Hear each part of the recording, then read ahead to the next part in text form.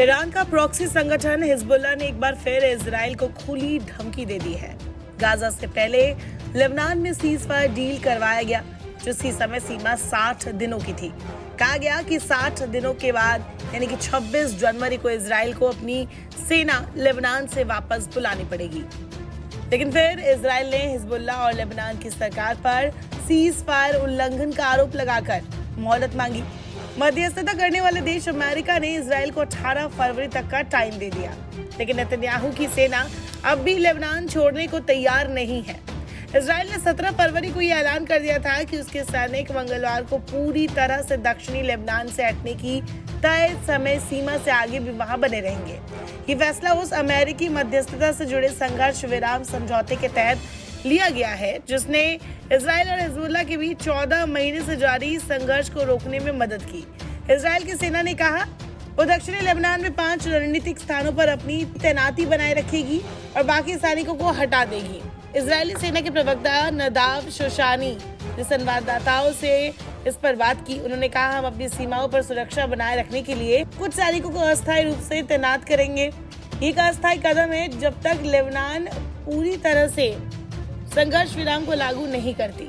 दूसरी तरफ इजराइल के इस ऐलान से हिजबुल्लाह भड़क गया है। हिजबुल्लाह के चीफ नईम कासिम ने एक रिकॉर्डेड भाषण जारी कर इजराइल के लिए खास संदेश भेजा है। लेबनान की सशस्त्र संगठन हिजबुल्लाह ने इजराइल को 18 फरवरी तक अपनी सेना को अपने क्षेत्र से हटाने की चेतावनी दी है।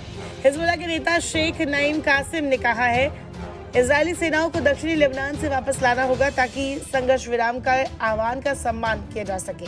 कासिम ने आगे कहा, इजरायली प्रधानमंत्री बेंजामिन नेतन्याहू के पास दक्षिणी लेबनान में अपनी सेना को बनाए रखने के लिए कोई बहाना नहीं है। हिजबुल्लाह के नेता ने कहा कि वॉशिंगटन द्वारा आयोजित संघर्ष विराम समझौते के तहत इजरायली सेना को 60 दिनों के अंदर इस क्षेत्र से हटना था, लेकिन वो नहीं हटी। रिपोर्ट्स की माने तो अब इजरायली सैनिकों ने पूर्वी लेबनान के बेका घाटी में 3 स्थानों पर हवाई हमले किए ताकि ईरान समर्थित हिजबुल्लाह की गतिविधियों को सीमित किया जा सके। ये हवाई हमले कासिम के टेलीविजन पर दिए गए भाषण के दौरान हुए थे। कासिम ने लेबनानी सरकार से अपील भी की थी कि वो बेरूत में ईरानी उड़ानों की लैंडिंग पर प्रतिबंध लगाने के अपने फैसले पर पुनर्विचार करे। अब ईरान और हिजबुल्लाह के संबंध के बारे में काफी चर्चाएं होती है। तो ऐसे में अगर ईरान के लिए हिजबुल्लाह कुछ कह रहा है तो उसके भी अपने मायने हैं।